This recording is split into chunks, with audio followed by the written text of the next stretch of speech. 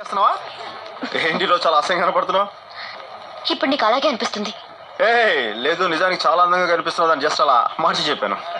మార్చడం నీకు అలవాటేగా. ఏ నేనే సరదా సీరియస్ అయిపోతున్నావు ఏంటి? రే సిద్ధు, మధు నీకోసం వెతుకుతుందిరా. ఓ కలిసారా?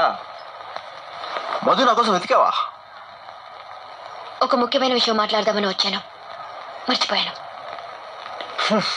మర్చిపోయినట్టు. సిద్ధు, ఎవరు? ఎవరెవరు?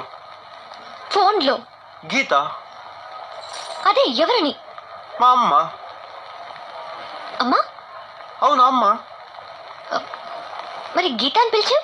ఆమె పేరు అదే కదా. అమ్మని గీత అని పిలవడం, నాన్న అరవింద్ అని పిలవడం నాకు అలవాటు. చిన్నప్పటి నుంచి దాన్ని అలా సరదా సరదాగా పిలిచి ఇప్పుడు అలవాటు అయిపోయింది. రోజు కాన్ఫరెన్స్ ద్వారా మాట్లాడుతుంటాను. That's it. హాయ్.